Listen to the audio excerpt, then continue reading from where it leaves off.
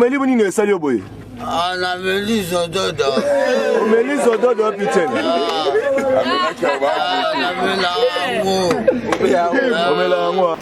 Vous êtes de plus en plus nombreux à suivre PSB Mag, votre magazine d'information d'ici et d'ailleurs. Madame, Messieurs, bonsoir chez vous et bienvenue. Merci surtout de nous renouveler votre confiance.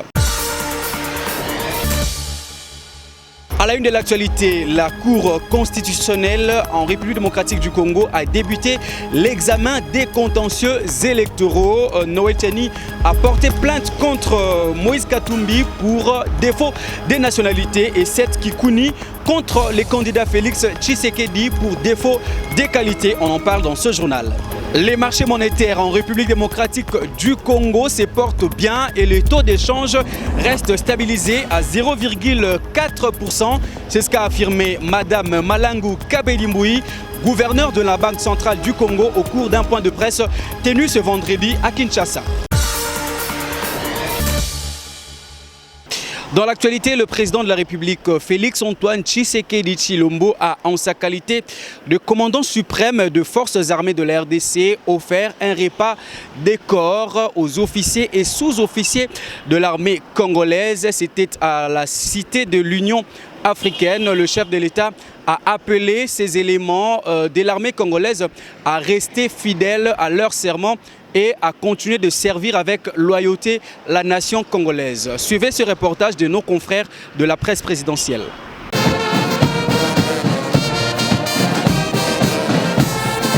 Au rythme de la fanfare militaire, le président de la République fait son entrée au chapiteau de l'Union africaine. Il est 15h ce mercredi. Dans l'assistance, les officiers généraux, supérieurs, subalternes et sous-officiers des forces armées nationales, tous en tenue de gala, ont répondu à l'invitation du commandant suprême pour un repas de corps. Prenant parole pour la circonstance et au nom des siens, le général Ekenge a réitéré l'engagement des forces armées de la République à toujours servir avec loyauté la patrie et protéger ses citoyens conformément au serment. Officiers généraux, supérieurs, subalternes, sous-officiers, caporaux, soldats et matelots, saisissons la présente circonstance pour renouveler notre loyauté indéfectible et notre fidélité à votre suprême autorité. Nous vous assurons qu'en dépit des vicissitudes du moment, notre détermination est totale et notre dévouement sans équivoque. Face à l'agression contre notre intégrité territoriale et la souveraineté de notre pays, les FARDC sont aujourd'hui suffisamment outillés et capables de relever tous les défis jusqu'au sacrifice suprême, car c'est notre devoir sacré. Mampinga ya FRDC, notre devise. Ne jamais trahir le Congo. Ne jamais trahir le Congo. Ne jamais trahir le Congo. Recevant cet acte de renouvellement d'engagement des officiers au nom de l'armée, le commandant suprême a sereinement rassuré ces derniers de sa confiance avant de leur rappeler les prescrits de leur mission. Je tenais à ce repas pour vous dire un seul message, c'est que nous formons un seul corps. Ce corps des défenseurs de notre pays et de ses institutions. Ce corps défenseur de notre peuple et du territoire national. Nous avons cette mission à remplir jusqu'au sacrifice suprême s'il le faut. Parce que notre pays est l'objet de convoitises, comme vous le savez, mais également de tentatives de déstabilisation. Et nous n'avons pas le droit de léguer aux générations futures un pays qui soit instable, désorganisé et la proie de tous les prédateurs, quels qu'ils soient. Redevables vis-à-vis de la population, les militaires ont rassuré aux garants de la nation qu'aucune action de séduction de quelque nature que ce soit ne viendra ébranler leur engagement à demeurer apolitique, républicaine et légaliste. L'objectif étant encore et toujours la défense des intérêts vitaux de la République.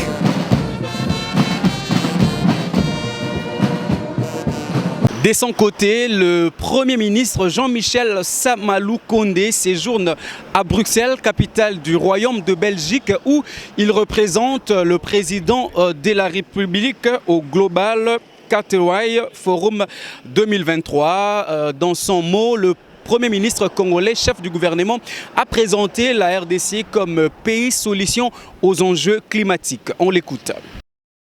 Il s'est tenu du 25 au 26 octobre 2023 à Bruxelles, capitale de la Royaume de Belgique, le Forum Global Gateway 2023, auquel a pris part la République démocratique du Congo par l'entremise de son Premier ministre, Jean-Michel Samalou Kondé, représentant le président de la République, Félix-Antoine Tshisekedi Tshilombo.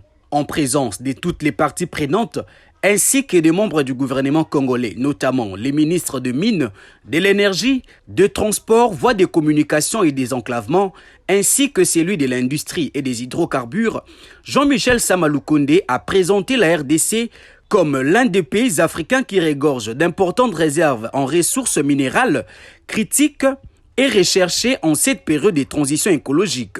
Le chef du gouvernement congolais a ainsi invité les investisseurs du secteur privé européen de visiter la République démocratique du Congo et de saisir les différentes opportunités qu'elle présente. Nous avons entamé la mise en œuvre de ce projet par des actions concrètes que je me permets de vous citer ici.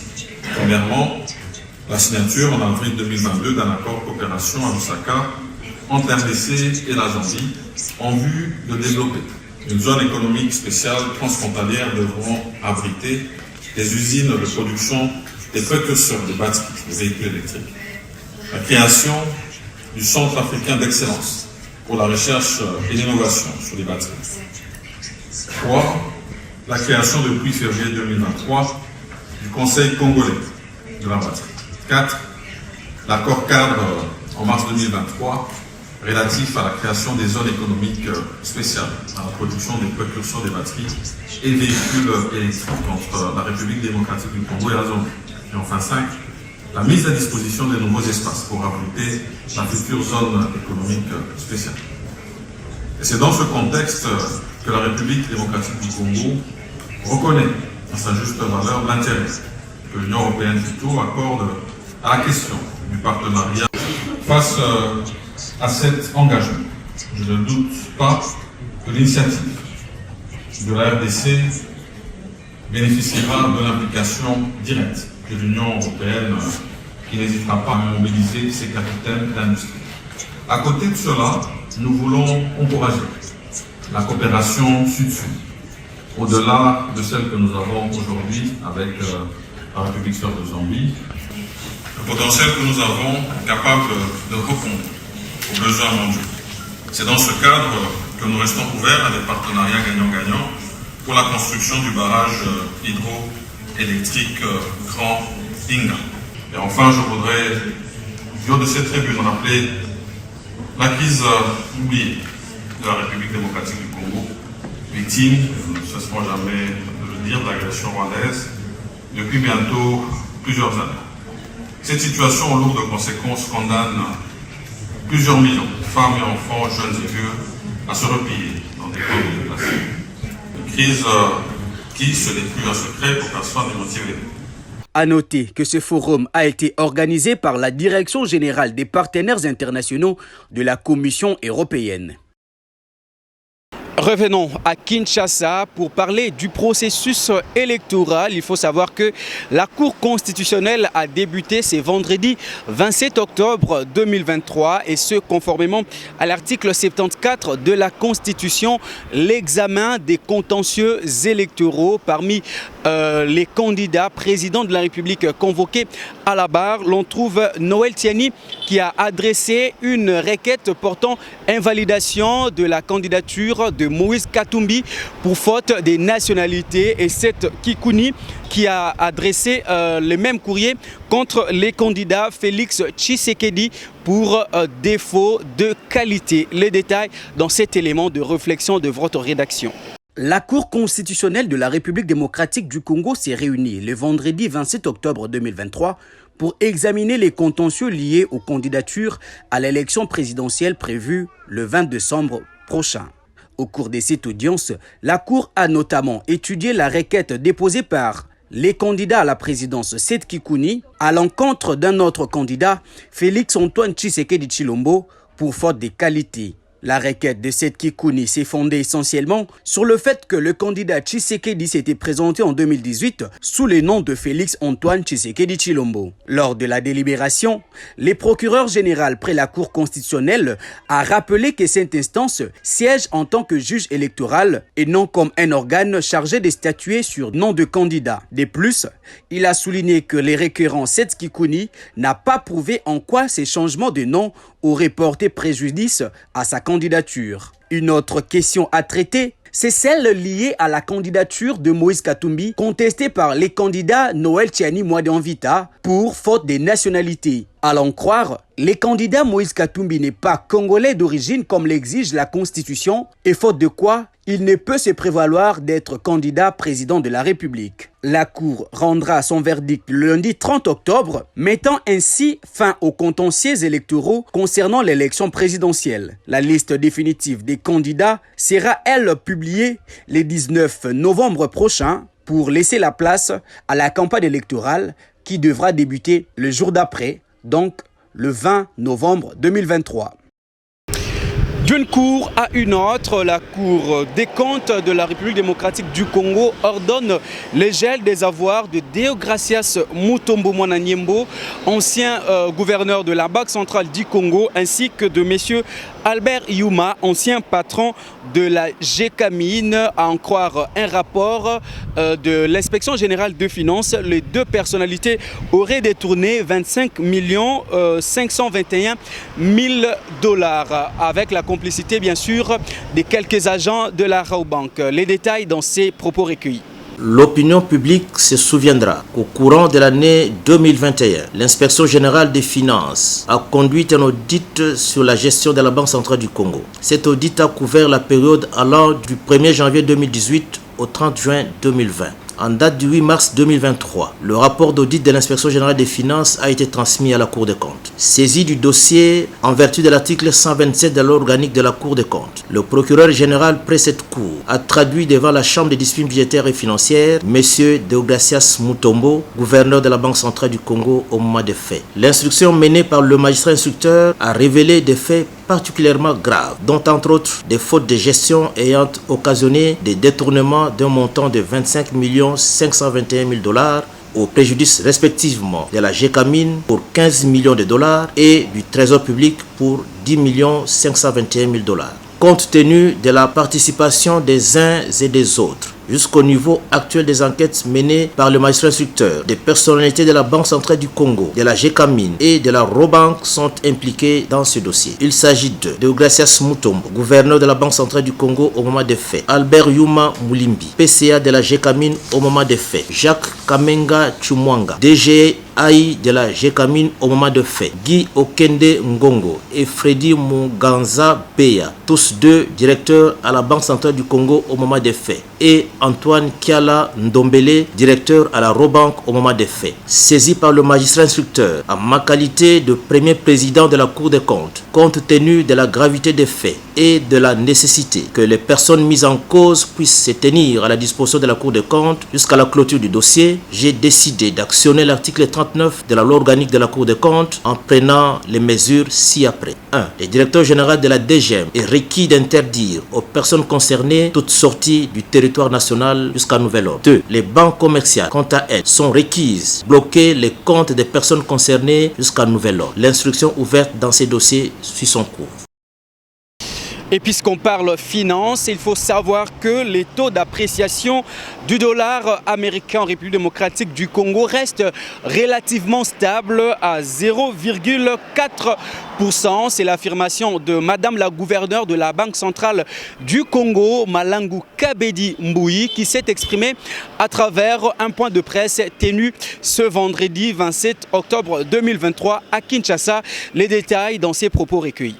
La Banque centrale a mis en place depuis 2 ans à peu près un programme très ambitieux de réforme dont l'objectif principal est de mettre les activités, les processus, les approches de la Banque centrale aux normes internationales.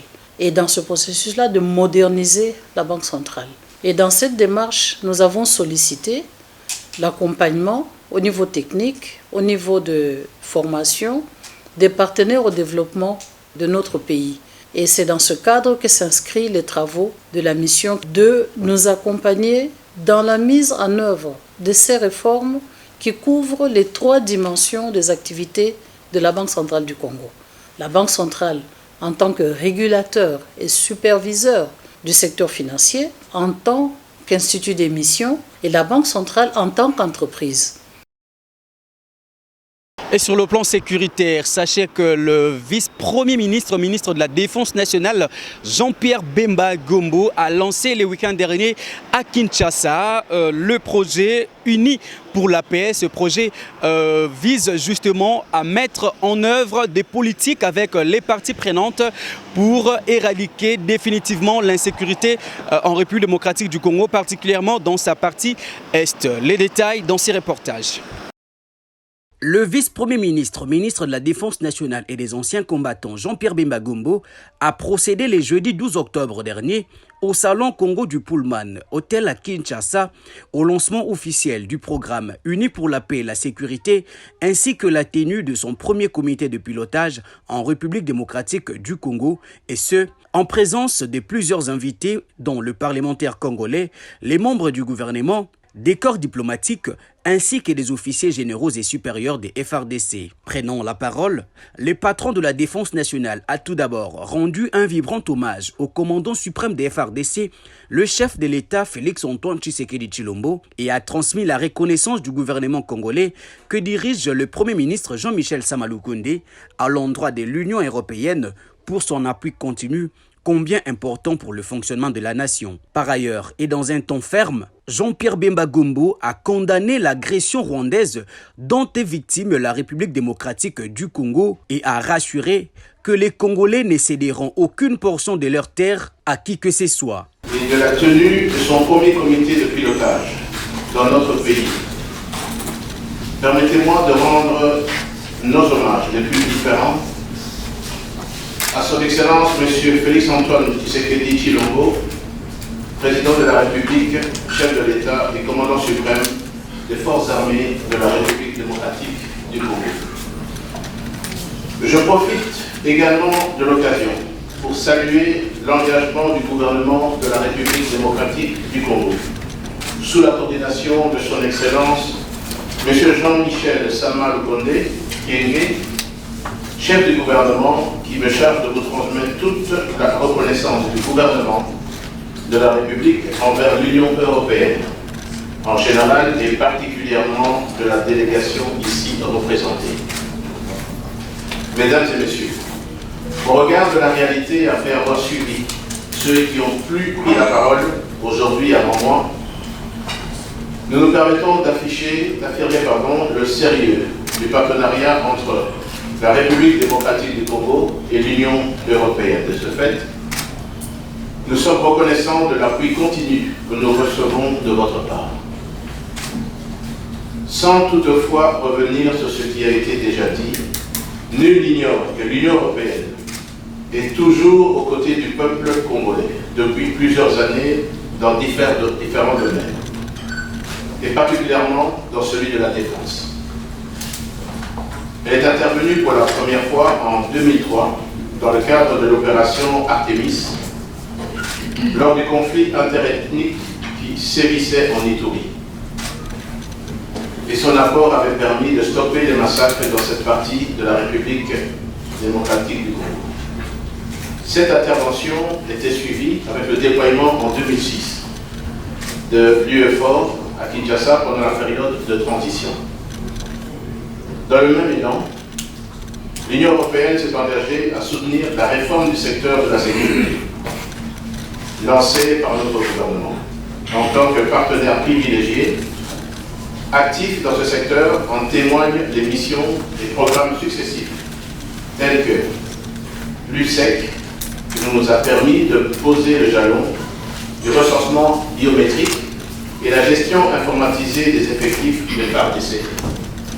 Progress, qui nous a facilité d'avoir un bâtiment administratif, hôtel de la Défense, et aujourd'hui le programme UPS, Unis pour la paix et la sécurité.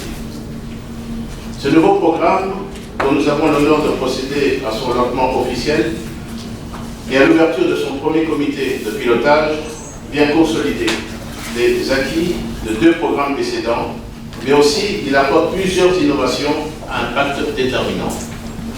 L'une des plus grandes innovations est d'abord l'élaboration conjointe et concertée du programme pour une bonne appropriation par les FARDC. Le nouveau programme met en exergue les objectifs majeurs suivants. Favoriser l'interaction entre le niveau stratégique et technique. Mettre ensemble des appuis séquencés pour renforcer la technicité et les relations de confiance dans la durée. Partager les expériences et expertises dans le domaine militaire et de la sécurité au modèle de l'Union européenne. Promouvoir la culture de la redevabilité, ce qui implique une synergie interinstitutionnelle au niveau des assemblées nationales, du Sénat et des autorités locales, ainsi que de la société civile. Renforcer les capacités managériales des institutions en charge de la sécurité et de la justice militaire. Par rapport au programme Unis pour la paix et la sécurité, notre gouvernement attend que les objectifs accordés de manière concertée se réalisent sans atermoiement, sans entrave et sans considération politicienne. Pour notre part, le ministère de la Défense nationale et anciens combattants rassure de sa disponibilité, de son soutien, de son accompagnement ainsi que de son implication totale et diversifiée dans la mise en œuvre des objectifs sus-évoqués, car étant bénéficiaire des retombées du dit programme.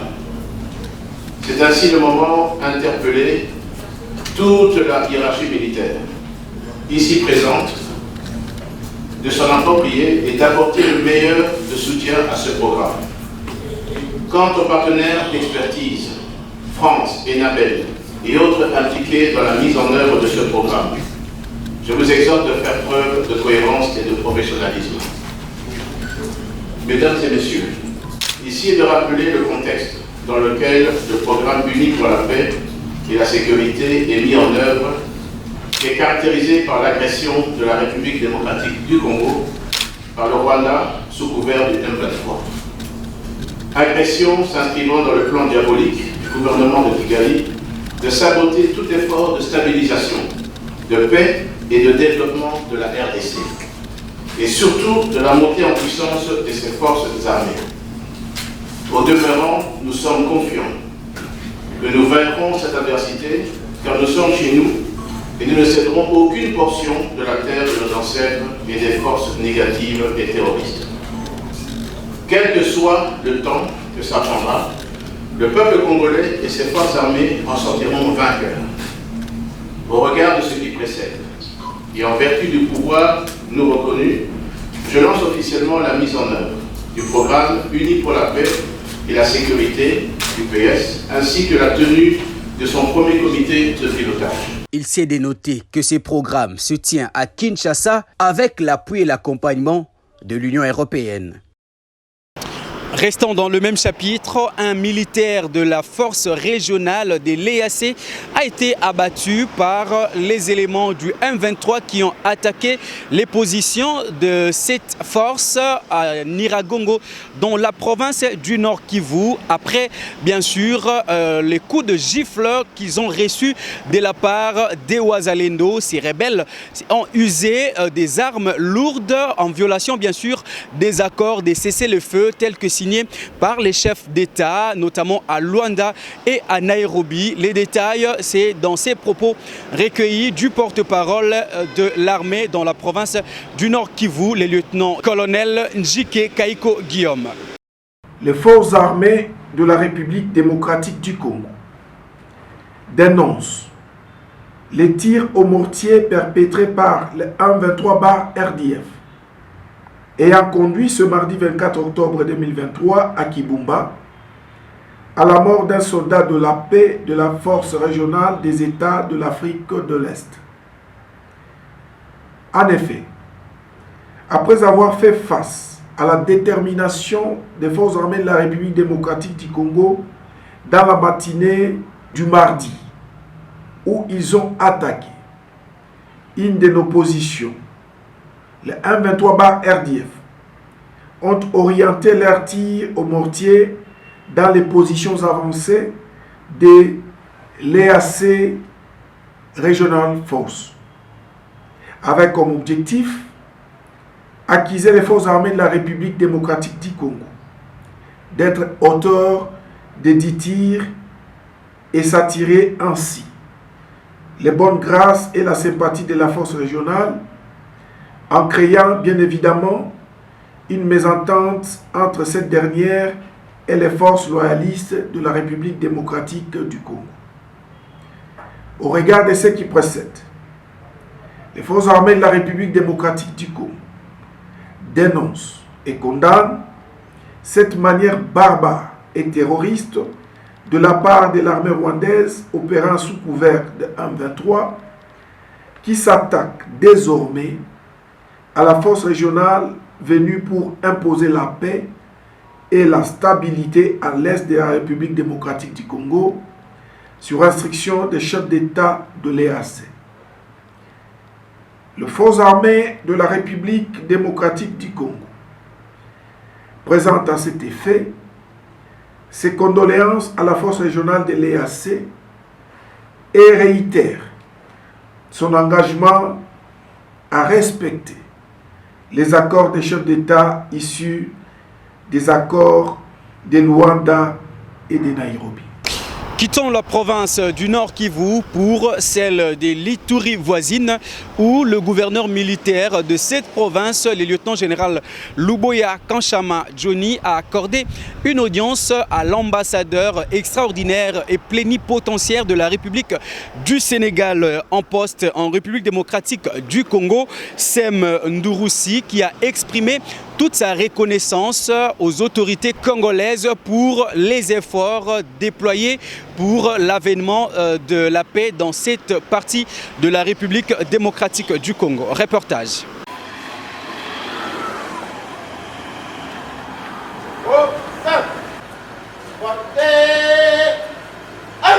L'ambassadeur plénipotentiaire de la République du Sénégal près la RDC se félicite des avancées significatives enregistrées dans la stabilisation de cette province sous le commandement du lieutenant-général Luboya Kanchama Johnny, une accalmie qui a permis le retour de certains déplacés dans leur milieu d'origine ainsi que la reconquête de plusieurs localités dominées des groupes armés. Sem Dorossi l'a dit ce mardi 24 octobre 2023 après un échange avec le gouverneur militaire de l'Ituri.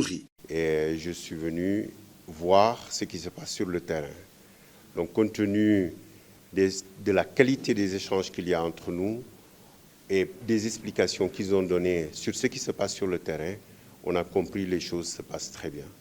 Et c'est à ce niveau-là qu'on a essentiellement axé mes échanges avec le gouverneur, que je remercie et que je félicite pour le travail de tous les jours qui se fait sur le terrain, où on sent des améliorations en parfaite coopération et en parfaite confiance avec les forces de la MONUSCO. La République du Sénégal entretient d'excellentes relations de coopération d'amitié avec la RDC en général et en particulier la province de l'Ituri à cette période de l'état de siège, en formation de la police congolaise ainsi que dans la sécurisation de la ville de Bunia à travers la patrouille de combat à côté de la MONUSCO, a reconnu le gouverneur militaire de l'Ituri. Durant son séjour au chef-lieu de l'Ituri, ce diplomate va visiter le contingent de la police constitué de Sénégalais de la MONUSCO basé dans cette partie du pays.